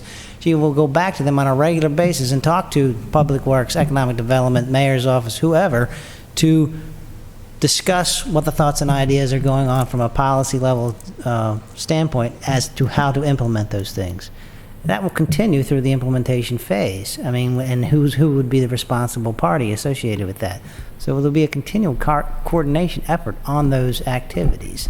It wouldn't be one versus the other, or the only difference and benefit you have to having economic development, which was, I think, the reason they originally put it in planning and zoning, is back to your original idea of they are, and I don't know if this would change because I don't know if physically the people will move, because when they're integrated in our process, when they're integrated in our office, they're hearing, they're talking, they're kind of having conversations about, this guy's having a problem with this permit, or what does this guy need to do? And they can go across the hallway and say, what are the things they have to do in order to get their business open? And those are the benefits right now that are going on. I don't know if that'll change if they're staying within there. No, Okay, I so don't think it would. it wouldn't change. Yeah, And I so- sent the job descriptions to you. The job descriptions for both the economic development manager and the small minority business liaison Right. remain exactly the same. So unless there's a void now, there isn't a void created by this change. The job duties remain the same. The people will still be located in planning and zoning 3 days a week. They'll be located at the county 2 days a week, as they are right now. But they'll be under the mayor to carry out his vision and coordinate things like the African American and Hispanic liaison business economic development initiatives that are now being run through the mayor's office, and we want to bring it all into one umbrella, but they will still be there to say, hey, I need help with this permit. All of that remains unchanged. So, and that's what I'm afraid of, because, and that was exactly what I took from Susie Smith's description too, which is this outreach and this liaison, and it's in the name of the small minority business, is specifically liaison. What I've always felt, in all of my years on the council and all of my years in dealing with this, and certainly my big problem, and I think what brought the Annapolis Economic Development Corporation down, is the need for metrics, the need for analysis, the need to show where we've been, where we are now, and where we plan to go. And you know, between you and I, we've had this conversation. That's why we hired BAE. I mean, for a lot of that metrics and a lot of those analysis of what do we have, and what's the future forecast for what do we need in the city to be sustainable, and that's So- going to be part of the comp plan. So, and that the economic development people will be integrated in that whole process. So. But does that go away with the completion of the comp plan? It depends on what the policies and strategies are. If one of those things is to continue to update certain metrics or evaluate metrics as part of the operations, then that becomes part of their responsibility to do that if it's adopted in the will of the council. That's with any comprehensive plan. So if I were to come to the department right now and say, do you have a measure of the demand for apartment space in the Forest Drive corridor? Is that something you would turn to the economic consultant for? Or- probably not that type of demand, but different types of businesses, that would be somebody I would turn to economics. We could probably deal with there's so many metrics to say what's the demand for. And doesn't the county have a lot of those matrix? Sure they do. I believe the mean, county has a lot the of that state data, has and it, that's one of the so- reasons that our staff is coordinating with the county staff Right. to have access to those resources. And it's, is it at the county level or at the city level? Do we have to do some kind of interpolation to bring it down and therefore weaken it? No, We can break it down, but there is limitations to how far you can break it down. And off the top of my head, I'm not sure what that is. Do you know? Yeah. It might be zip code. So I guess the I'm not underpinnings sure. of my, Okay. underpinnings of this line of questioning is particularly since we're working on the sector study and we're gearing up for the comp plan. And my personal view that we have never had enough resources thrown at the metrics in any of the different forms that are economic, you know, the Mike Myron and then the AEDC and all of these things. I'm worried about your budget and whether there's enough resources in your staffing to be able to gear up. And I think what I'm hearing is you're planning to supplement that with contract support. Correct. I don't think these are things that go away with the comp plan, and I think that they're kinds of information we need to have on a steady basis. But so my question to you is, with this proposal, this number of staff, and with the proposal to now move those people to more of a liaison function as described by Susie Smith, are we going to have enough resources to back the development of metrics, which I think underpins understanding economic development in its direction? It's tough to say, depending upon what comes out of the comprehensive plan, but the one area where what I would say we are lacking resources are, and and I was waiting for you to ask that question, why didn't I ask for another planner? And part of that was because based on, well, I'm jumping the gun then, because when we're putting our budget together, I knew what the mayor's proposal was, and I was getting an additional staff person. So I was going to leverage that staff person to provide relief on a whole host of different things. So I can take that person's expertise and apply it to allow relief on other individuals. So, because I can give him additional sets of skills from a zoning standpoint that we can deal with and provide, you know, relief to the staff in terms of where there are pressures in the department. So with that understanding that that was going to happen, I would say yes, we are prepared to handle. We have enough for, you know, in this fiscal year, understanding that that position was rolling into the department. So I'm trying to find that here. I don't see a bump up I think it's in in the there. planning. City forester. No, well, okay, so I'm talking about the yes, the urban forester. That's the position that I understood I was getting, and that's the position that I would leverage a lot of things that we do under our current planning division, because they could easily pick up and get a set of skills to do. This is, the other day when we talked about the reorganization, part of the issue I talked about was redundancy. And when you talked about streamlining, I'm talking about efficiencies. When we review a plan for forest conservation or trees and development areas or for the critical area, there's redundancy efforts there that were being done under DNAP and planning and zoning. Right. If we create efficiencies with that so that the individual that is reviewing it for the trees is also reviewing it for zoning approvals, for zoning, we've created an efficiency there that they've knocked out that whole plan with utilizing that one resource instead of two people reviewing it at two different times and then coordinating their efforts. That person, so my objective when this proposal was brought to me was to utilize that person's skills with urban forestry and give them additional skills associated with zoning, because I can always teach you how the zoning code works, and they understand how to read code, and we can implement that. So things like buffer management plans. Those are simplified buffer management plans are a number of plans that come through our office are simplified. And this is people that are doing stuff in the critical area. Constantly, we're asking the urban forester, what do you think about these trees being removed? So now I got two people reviewing a simplified buffer management plan. If I had him understanding some of the critical area requirements and looking at those trees, I've created an efficiency there that's getting one review and out the door. That's just one example. I could probably name about 5 or 6 other ways to do that.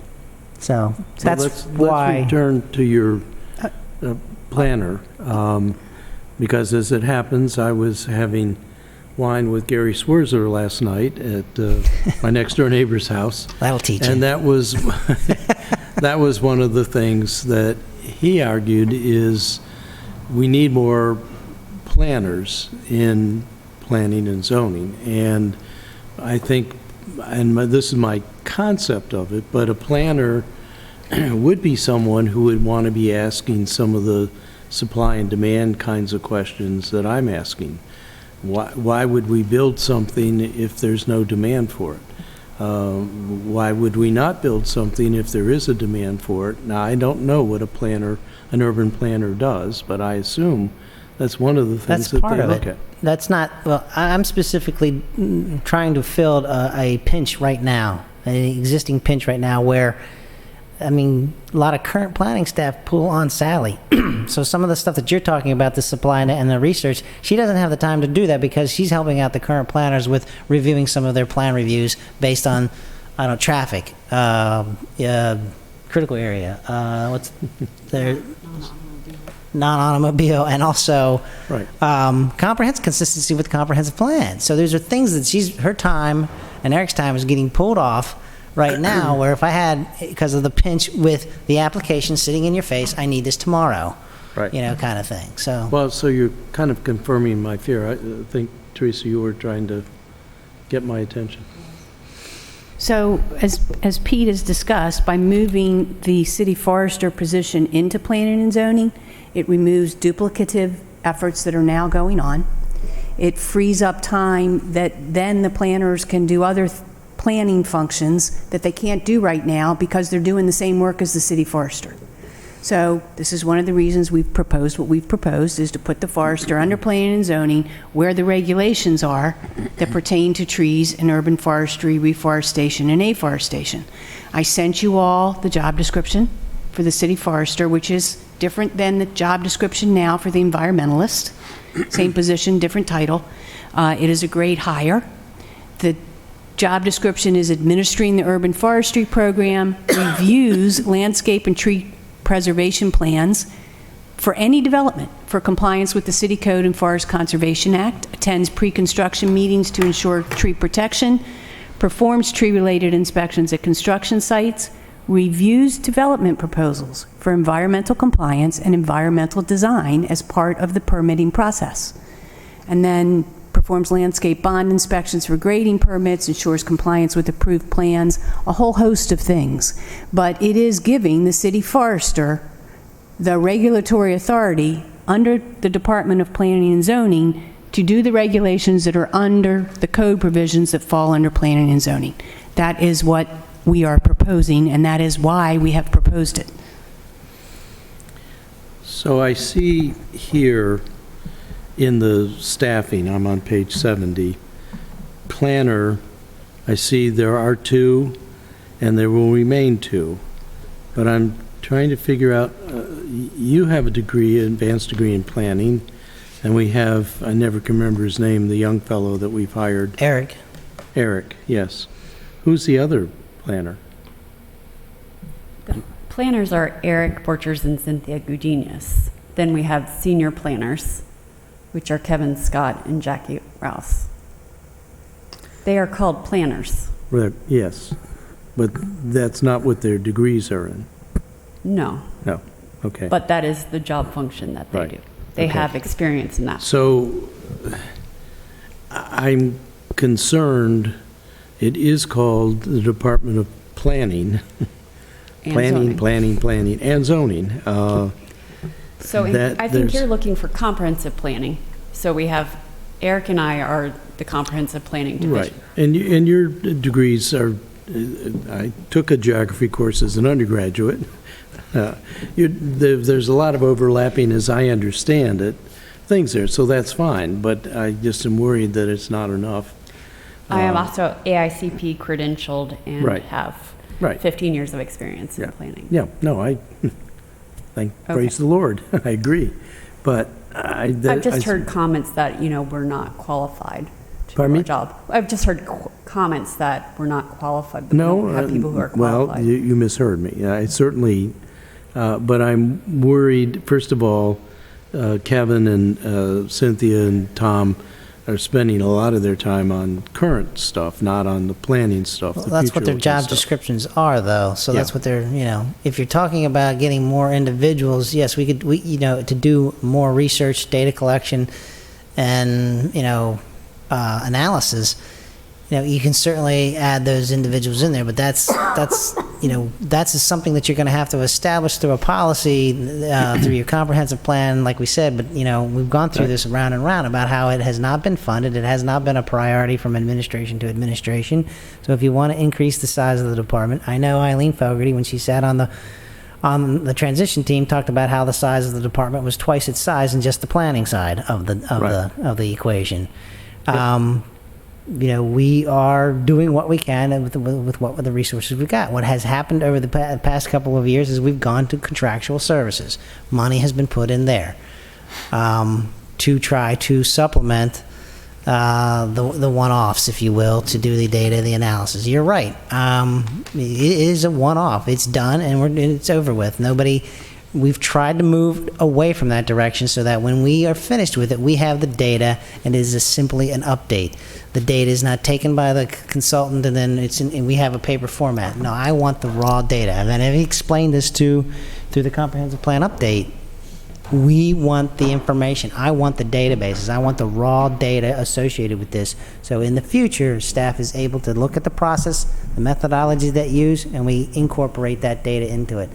Right. It's what I've done all my life in my career, so.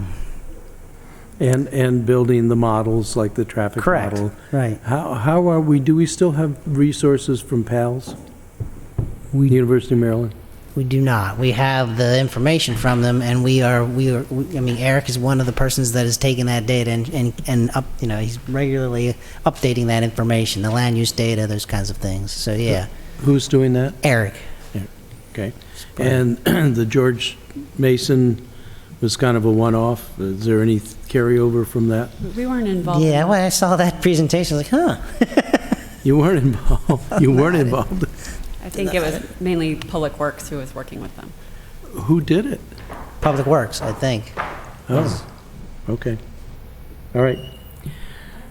Yes. It's related, and I know it's probably would add money somewhere, and I went back and forth with Sally and David Jarrell on this. I saw, when I went through the Forest Drive sector study, there were probably about 25 line items or points that I could point out that said, this transportation thing has to happen. This traffic thing has to happen, whether it's signalization or street beautification, and it's not going to happen until we have someone that knows what, take no offense, I don't think this is in anybody's job description, is that they say, this is the signalization, this is what it looks like, this is the capacity, okay, Anne Arundel County, you got to prioritize this. So that's, because this stuff won't get implemented,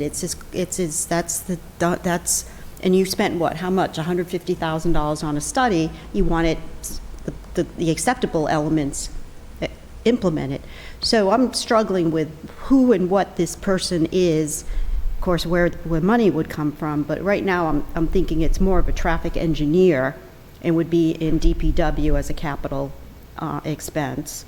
Would that sit well with you, or do you understand the need, or what do you think? I guess I'm asking two questions. I think the city would be well deserved to have a traffic engineer. Well, there yes, you go. Absolutely. Yeah. Do we ever have one before? Where would in DPW, transportation, or? Not on planning and zoning? Chicopin, because what I'm learning is Chicopin is bus routes and SP Plus parking management enforcement. That's, there's no, what's the word that you use? Cross-pollination. Matrix. There's no crosswalk. You were using that the other day. The Department of Transportation is transportation services. It's Right. not transportation planning. Yeah, It's getting even the though they buses have- to run on time. Yeah, like even Kwaku So- might be qualified, but no, I It's- don't. So I Even if agree. Kwaku were qualified, Right. you still need another person. Kwaku has a full-time job. That's what I mean. At transit services. That's where you could get confused, because his he may be qualified, but he has a full-time So job. where do you see this person sitting? DPW? That's where I'm getting from David Jarrell. Because right now, Lisa Greco is sort of Fulfilling it. fulfilling it, and she does a great job. But another example, other than the Forest Drive sector study, is the intersection at Randall and Dock Street.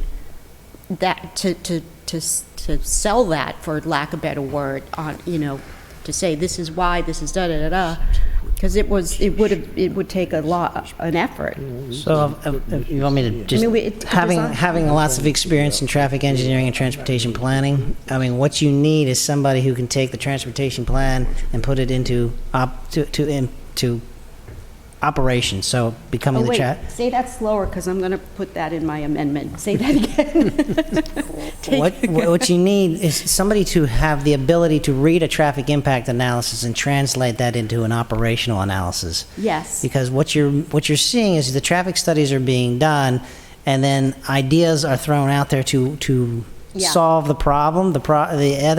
What's missing is somebody to take that information and apply it. We try to use that. I mean, we do a job to a certain degree with our traffic studies, but that's associated with a development Yeah. proposal. Yeah. So when you have these traffic studies done, then you have somebody who can apply what needs to be done and put it in real world, absolutely. into the physical world. Will it or won't it work? You got a slope there, not Yeah, going to work that 'cause way. this is what- You got a height vertical sight distance problem. You got all those things that isn't going to make that idea to extend that left turn lane or put that's my favorite one is the circle.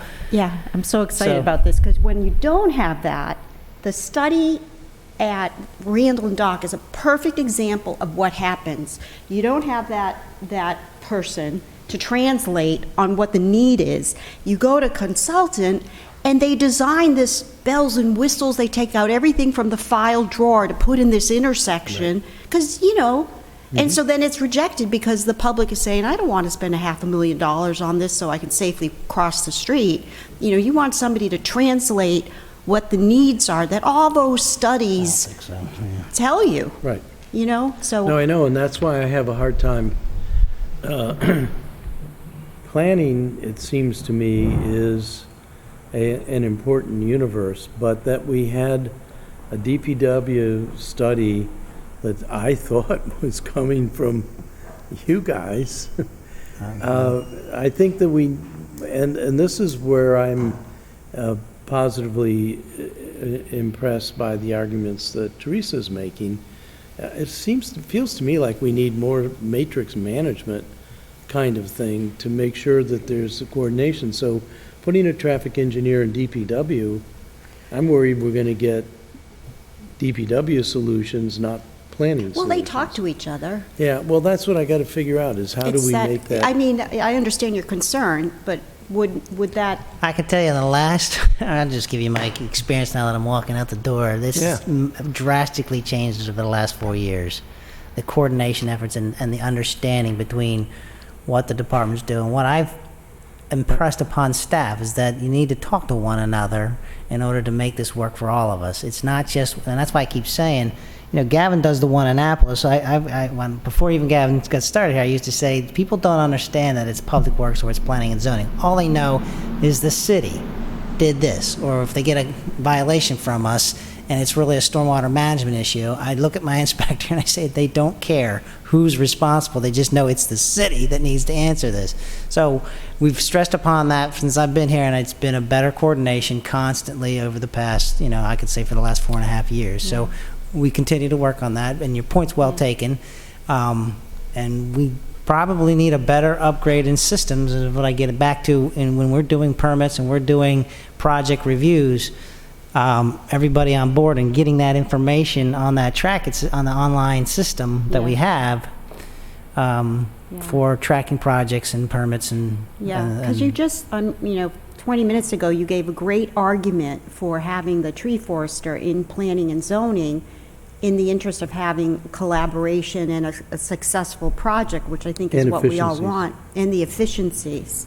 And so then now I'm saying, well, you're going to have a traffic guy or female gal. Oh, I hate that word, gal. You're going to have a traffic person in DPW, but that's an existing department that you have a relationship with and you can work with, I assume. Yeah. Yeah. No, absolutely. Thanks. I mean, we coordinate right now to make sure whatever improvements Sally works not only with the DPW, but also the county and over the state. Are you guys going to be okay with this improvement? Where am I going to make this developer, does this work? And they would have to review the preliminary engineering of it all. So, yeah. And I just want to say, having been here a year, I don't know what it was like before, but I don't know where the impression is coming from that our departments don't coordinate with each other. Because I see immense effective coordination among our departments. So, as a city manager who sees all of the departments, I don't know where that impression's coming from. Are there other questions? We're over time. Alderman Payon, what is your druthers at this point? May I point out one more thing before Please. you wrap up? On page 71, I just want to point out that because the environment is one of the mayor's priorities, we have included $5,000 for the tree canopy goal, and we have increased the amount of funding for tree plantings and maintenance by $48,000. Wait a minute. Page 71? Correct? Under enhancements, in the middle of the page. Oh, I'm sorry. So we have increased the budget by $53,000 for trees and tree canopy goal. Okay, thank you for that, and that's good to be reminded of it, but when you go down below, I'm looking at the forestation fund. It looks like that's money is going down. We can only appropriate in the reforestation fund the critical area fees we receive for critical area reforestation. If we don't receive the fees, we can't spend the money. This is a restricted fund, special Right. revenue fund with restricted revenue for specific purposes. The So- amount we are appropriating is the amount of fees we anticipate we will have left over at the end of FY19 that remain unspent. And if we get additional critical area funds in the coming year, we can come to you for a supplemental appropriation. But right now, we only have $77,800 on hand. We cannot appropriate more than the amount we have. So I'm trying to understand that in context of 19 original, 19 adjusted, and I don't even have in front of me 19 projected. Jody, can you tell us 19 projected, because this money doesn't get spent? That's one of the problems. Okay. Remember that the original and adjusted budget include the transfer in of the balance coming out of the general fund last year of $84,000. Okay. So can you tell us what the projected balance is at the end of FY19, please? I don't even know where my projection tables are.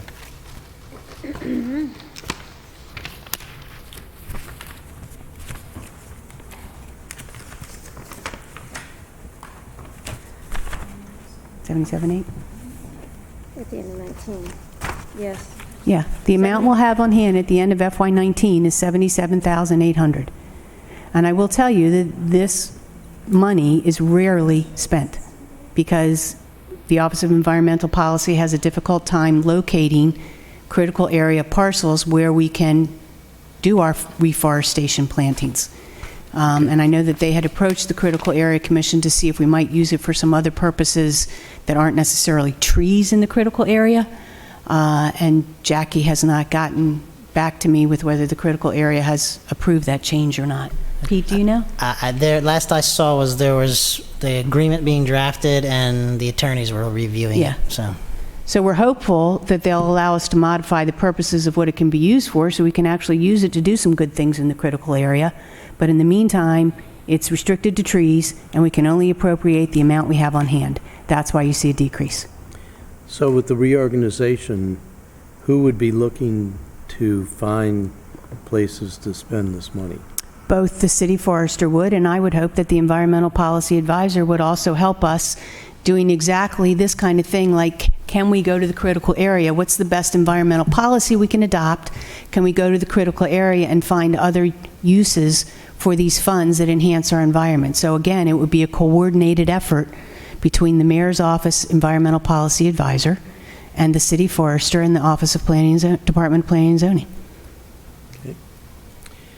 Are there other questions at this time for Department of Planning and Zoning? I want to say on a personal note, I've enjoyed working with you, Pete, and I'm sorry to see you going. And, Thank you, thank you. I know it's for a better place, particularly location closer to your home. So Correct. I understand, but it doesn't mean I appreciate it. Well, I'd be remiss in not thanking you all for the opportunity to work here for the last 4.5 years. It's been it's had its ups and downs, but certainly it's been an education, and I probably have made a lot of new friends. Yeah, good. Ups and downs, what are you talking about? Right. Thank you very much for your efforts in behalf of the city.